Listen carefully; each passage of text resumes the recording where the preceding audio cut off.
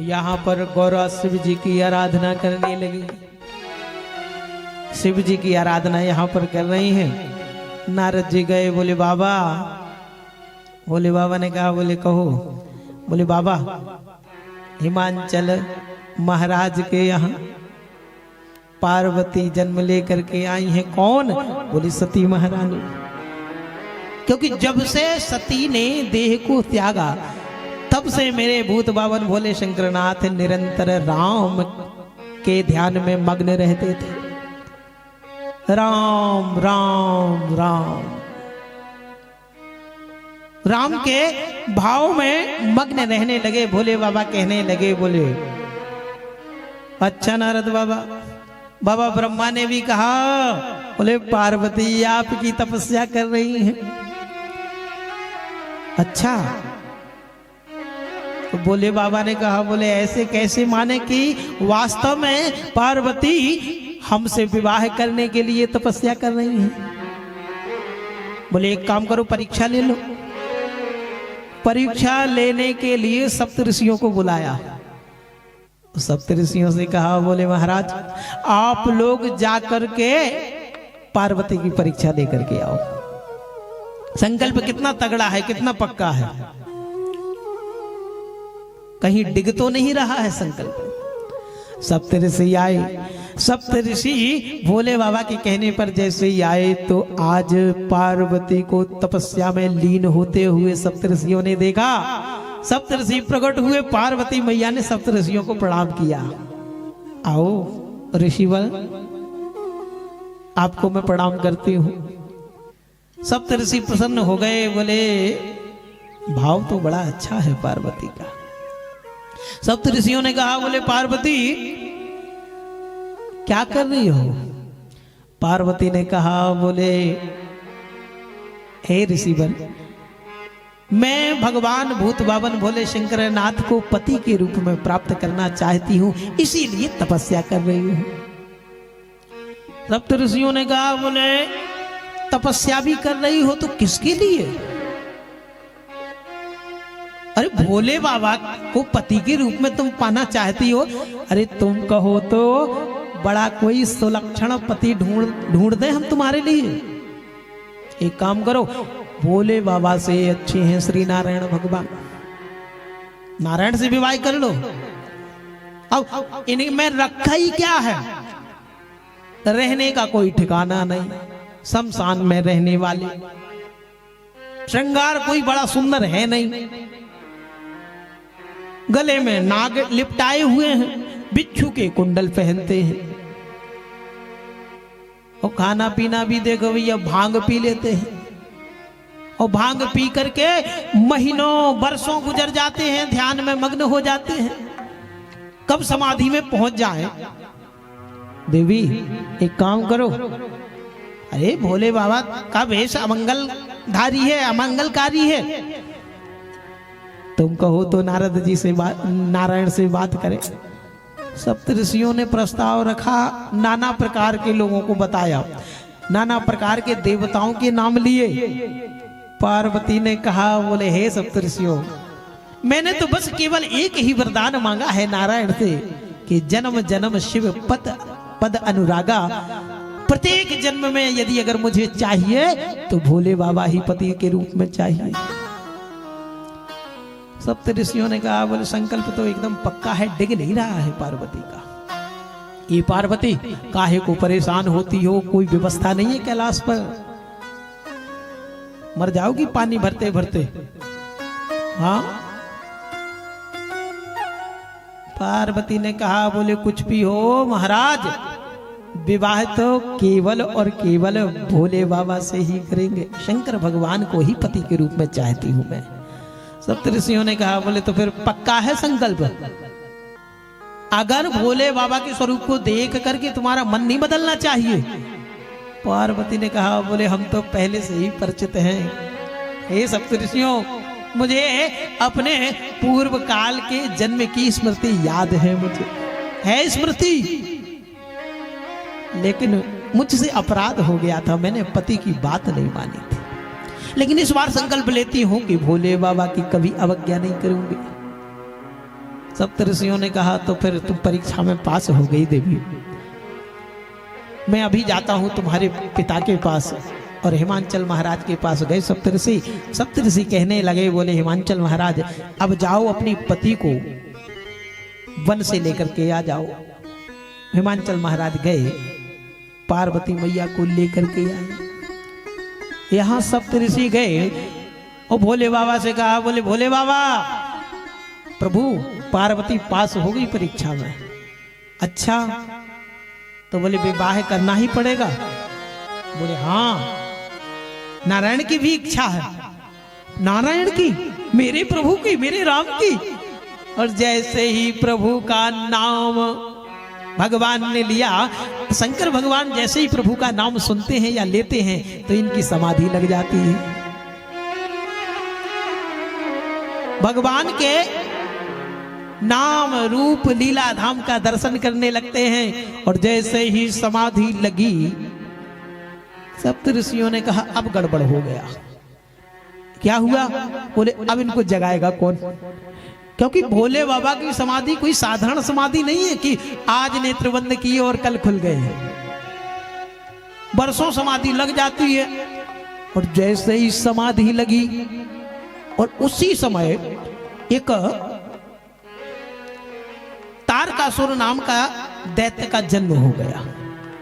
और जैसे ही उस तारकासुर नाम के दैत्य का जन्म हुआ, तारकवसर भयउ तेहि काला, ओ भुज प्रताप बल तेज विशाला, अजर अमर सो जीत न जाई, हारे सुर करी बेविदे लड़ाई। इतना बलशाली था तारकासुर, अजर अमर था। उसने सबको जीत लिया, देवताओं को जीत लिया, हर जगह इसका आधिपत्य हो गया। देवता लोग दौड़े दौड़े गए बाबा ब्रह्मा के पास। बोले बाबा रक्षा करो तारकासुर से। ब्रह्मा जी ने कहा, बोले इसका वध तो ऐसे नहीं हो सकता है। बोले फिर? बोले इसका वध होगा भगवान भूत बावन भोले शंकरनाथ के पुत्र से। अच्छा, तो बोले कैसे पुत्र होगा? बोले विवाह तो हुआ नहीं।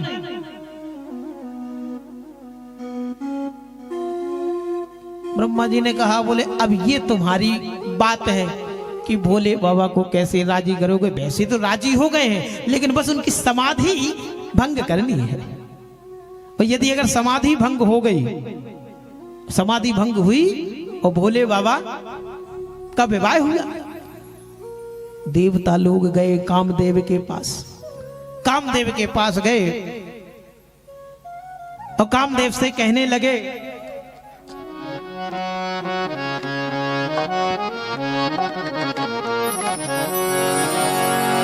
पठवहु काम जाई शिव पाही, पठवहु काम जाई शिव पाही, पठवहु काम जाई शिव पाही, करे क्षोभु संग मन माही, करे क्षोभु संग मन माही, तब हम जाई शिव ही सिरनाई, करवाओ विवाह बलियाई, ऐसे ही विधि भले ही देव हित होई, मति अनेक नीक कहई सबको। कामदेव के पास गए देवता, दौड़े दौड़े कहने लगे, बोले हे कामदेव जी महाराज, अब आपसे बहुत बड़ा काम आन पड़ा है। कामदेव ने कहा, बोले क्या बात है? बोले भगवान भूत बावन भोले शंकरनाथ की तपस्या भंग करनी है, समाधि से उनको जगाना है। कामदेव ने कहा, बोले बड़े चक्कर में डाल दिया। ये कोई संसार का कोई साधारण ऋषि थोड़ी है कि जाकर के मैं उद्दीपन, उच्चाटन आदि आदि बाणों को चलाऊं और मैं इनकी समाधि को भंग कर दूं, ये साधारण नहीं है। ये तो भगवान भूत बावन भोले शंकरनाथ हैं और यह संभव नहीं है। देवताओं ने कहा, बोले कैसे भी हो करना ही पड़ेगा, नहीं तो इस तारकासुर का वध नहीं होगा। विवाह कराना है भोले बाबा का। अच्छा, कामदेव ने विचार किया। कामदेव कहने लगे, बोले अच्छा चलो ठीक है, जो महान पुरुष होते हैं वो समाज के लिए ही जीते हैं। कामदेव ने विचार किया कि अब तो मरना निश्चित है, क्योंकि भोले बाबा की समाधि भंग नहीं की जा सकती है, और यदि अगर भंग हुई तो क्रोधाग्नि में जल करके मैं भस्म हो जाऊंगा। लेकिन फिर भी कामदेव ने बड़ा साहस किया, अपनी सेना को लिया और कामदेव गए और भोले बाबा पर प्रहार करने लगे। प्रकृति का सुंदर वातावरण बन गया, भगवान के मन को भेदने लगे। अनेका अनेक उद्दीपन, उच्चाटन, कई प्रकार के बाणों का प्रहार किया, लेकिन भोले बाबा पर कोई प्रहार नहीं हुआ। कई दिन बीत गए, अत्यधिक दिन बीत गए, लेकिन थोड़ा सा एक दिन भोले बाबा को लिए लगा कि कोई मेरी समाधि को भंग करना चाहता है, मेरी तपस्या में कोई विघ्न डाल रहा है। तो भोले बाबा का तीसरा नेत्र खुला, और जैसे ही तीसरा नेत्र खुला, क्या हुआ? जब शिव शरण उघारा, जब शिव शरण उघारा, चितवत काम भयउ जग छारा, चितवत काम भयउ जग छारा। जब शिवती शरण उघारा, शिवती शरण उघारा, चितवत काम भयउ जग छारा, चितवत काम भयउ जग छारा। भगवान का तीसरा नेत्र खुला और तीसरे नेत्र से नेत्राग्नि निकली और कामदेव का शरीर जल करके भस्म हो गया। रति देवी दौड़ी दौड़ी आई, बोली स्वामी हे मेरे प्रभु, हे भूत बावन भोले शंकरनाथ, ये क्या कर दिया आपने? मेरे पति का शरीर जल करके भस्म हो गया प्रभु, अनर्थ हो गया। कृपा करके आप मेरे स्वामी के शरीर को वापस कीजिए। वैसे तो भोले बाबा से जो प्रणय निवेदन करता है भोले बाबा उसको देते हैं, लेकिन भोले बाबा ने कहा, बोले सुनो देवी, अब यह संभव नहीं है। बोले फिर कैसे हमारे पति का शरीर प्राप्त होगा मुझे? भगवान भूत बावन भोले शंकरनाथ कहने लगे, बोले सुनो, जब द्वापर में मेरी नारायण कृष्ण बन करके अवतार लेंगे, तब तुम्हारे स्वामी भगवान कृष्ण के प्रथम पुत्र बन करके आएंगे।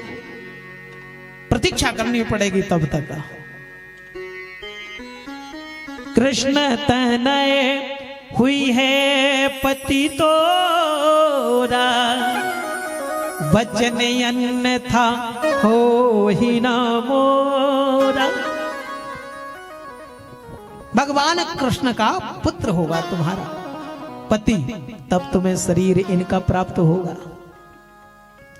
और इधर भोले बाबा की जैसे ही समाधि भंग हुई, सारे के सारे देवता दौड़ करके आ गए। बोले भोले बाबा, पता है आपको, आप ही ने सप्तऋषियों को भेजा था, पता है कोई प्रतीक्षा कर रहा है आपकी। कौन? माता पार्वती। भोले बाबा ने कहा, बोले अरे हम तो ये भूल ही गए थे कि अभी विवाह होना है हमारा। भोले बाबा प्रसन्न हो गए, आनंदित हो गए और बड़े भाव से अब भोले बाबा ने बाबा ब्रह्मा से कहा, बोले पितामह अब तैयार हो जाओ। क्यों? बोले इसलिए तैयार हो जाओ क्योंकि अब हम विवाह करने के लिए चलेंगे और वहां पर कोई पूछेगा कि बाप कौन है तुम्हारा, तो हम बता देंगे कि आप बाप हो। ब्रह्मा जी ने कहा, बोले चलो तो कम से कम पहले व्यवस्था तो बनाओ, पहले ऐसे ही विवाह हो जाता है क्या? भोले बाबा ने कहा, बोले लो काहे की व्यवस्था बनानी है? अरे बोले व्यवस्था बनाओ भाई, विवाह किया जाता है, कितनी व्यवस्था लगाई जाती है। पहले योजना बनाई जाती है, फिर धन इकट्ठा किया जाता है, फिर पत्रिका छपवाई जाती है, नाना प्रकार के साधन खरीदे जाते हैं, नाना प्रकार के द्रव्य खरीदे जाते हैं भोजन भंडारे के लिए, वस्त्र आदि आभूषण ना जाने क्या क्या खरीदा जाता है। और भोले बाबा तुम्हारे यहां तो कुछ है ही नहीं, कैसे विवाह होगा? भोले बाबा कहने लगे, बोले हमारे विवाह की आपको ऐसी कोई व्यवस्था नहीं करनी पड़ेगी। बोले फिर? बोले चिंता मत करो, हमारी व्यवस्था करने वाले हैं। कौन? अरे बोले हमारे जितने भी गण हैं यही तो हमारे सब व्यवस्थापक हैं। नारायण भगवान के पास गए, बोले प्रभु, बोले एक सुयोग्य समय आ गया है। भगवान ने कहा मुझे पता है। अब सारे देवता बड़े प्रसन्न चित्त हो गए। भोले बाबा ने कहा, बोले देवताओं एक काम करो, हमारी तैयारी की बात छोड़ो, तुम लोग अपनी अपनी तैयारी करो। जैसी देवताओं से कहा कि तैयारी करो, सोई देवता लोग शॉपिंग करने लगे, तरह तरह प्रकार के आभूषण खरीदे गए, तरह तरह। अब तो महाराज देवता लोग मल मल करके नहा रहे हैं और डब की शैम्पू डाल रहे हैं भैया, हाँ कि चमके। हिमाचल महाराज की नगरी में जब जाए तो बाराती लगने चाहिए। हाँ महाराज मणि माणिक मोतियों की सुंदर सुंदर माला धारण किए हैं और सुंदर सुंदर श्रृंगार कर रहे हैं, बड़ी तैयारी चल रही है। और देवताओं की देवियों की कहे कौन? अरे महाराज ना जाने कितने हीरे जवाहरातों से जड़ित वस्त्रों को धारण करते हैं, सुंदर श्रृंगार करते हैं। तैयारी होने लगी। इंद्र अपने हाथी को रगड़ रगड़ करके स्नान कराने लगा। सब अपने अपने वाहनों का श्रृंगार करने लगे। यमराज भी अपने भैंसे को रगड़ रगड़ करके नहलवा रहा है। अरे भैया भोले बाबा के विवाह में जाना है। यमराज रगड़ रगड़ करके हार गया, लेकिन सोचता है कि बोले हमारा भैंसा तो गोरा ही ना निकले, भैंसा तो काला ही का काला। सब तैयारी करने लगे, पुष्पक विमान में लड़ियां लगाने लगे, सुंदर झालर लगाने लगे, व्यवस्था करने लगे सारे देवी देवता। अब यहां देवी देवताओं के यहां तो व्यवस्था होने लगी। सब लोग वस्त्र आभूषण धारण करने लगे, सुंदर अपने वाहनों की व्यवस्था करने लगे, एक दूसरे से बात करने लगे टेलीग्राम से। पहले मोबाइल नहीं था, देवताओं की तो बात ऐसे ही होती थी, जिससे बात करनी से हो जाती थी। एक दूसरे से बात कर रहे, अरे भैया व्यवस्था हो गई? बोले हाँ हो गई व्यवस्था, भोले बाबा के विवाह में चलना है। आनंदित हैं सभी लोग। और यहाँ पर भूत बाबन भोले शंकर नाथ बैठे हुए हैं। भोले बाबा बैठे हुए हैं और बैठे बैठे भोले बाबा विचार करते हैं, बोले कि इनका तो बोले हो गया, लेकिन अब हमारा श्रृंगार कौन करेगा, हमें तैयार कौन करेगा। अब देवताओं को केवल अपनी अपनी पड़ी है। भोले बाबा की पति किसी को कोई ध्यान ही नहीं है कि दुल्हा सरकार को कम से कम तैयार करना है, तो दुल्हा सरकार को की तैयारी तो कर दे। सो भैया भोले बाबा बैठे और बैठे बैठे मन ही मन में विचार कर रहे हैं कि काश हमारा आज कोई होता तो श्रृंगार करता। लेकिन भोले बाबा का पता है कौन कौन है। और जैसे ही भोले बाबा ने विचार किया, बोले हमारा कौन है? पता है, जिसका कोई नहीं होता उसके हमारे भोले बाबा होते हैं। भोले बाबा ने ध्यान किया और पुकारा कि जो जो भी हमारे हो सो वो चले आए। और जैसे ही पुकारा सो भोले बाबा के यहाँ तो रिश्तेदारों की लाइन लग गई। कैसे रिश्तेदार? रिश्तेदार चले आ रहे हैं। ऐसा रिश्तेदार आया एक कि अपनी ही खोपड़ियां हाथ में लिए, बाबा प्रणाम। भोले बाबा ने कहा, बोले आई हो? आए गए? रिश्तेदार बोले, बोले प्रभु आए गए। अब महाराज लाइन पे लाइन लगी। एक चला आ रहा है जिसके कम से कम 10 हाथ हैं। एक चला आ रहा है किसी के हाथ ही नहीं है। एक के पैर ही पैर हैं, एक बिना ही पैर के उड़ता हुआ चला आ रहा है।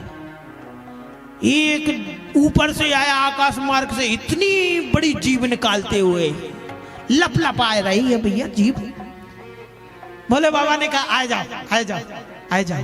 और जैसे ही यह खबर गई सो महाराज सर्पों की मंडली में जैसे ही खबर लगी कि हमारे नाथ भोलेनाथ का विवाह होने के लिए जा रहा है हो भैया, सो भैया तो ढोल नगाड़े बजने लगे और लाखों के संख्या में नाग इकट्ठे हो गए और नाचने लगे। बोले आज आनंद आएगा, मेरे नाथ का, मेरे स्वामी का विवाह होने वाला है। आनंदित हो गए। भोले बाबा की जैसे रिश्तेदार आए, भोले बाबा के गण चारों ओर खड़े हुए हैं। भोले बाबा ने कहा, बोले अब कहा भाई श्रृंगार तो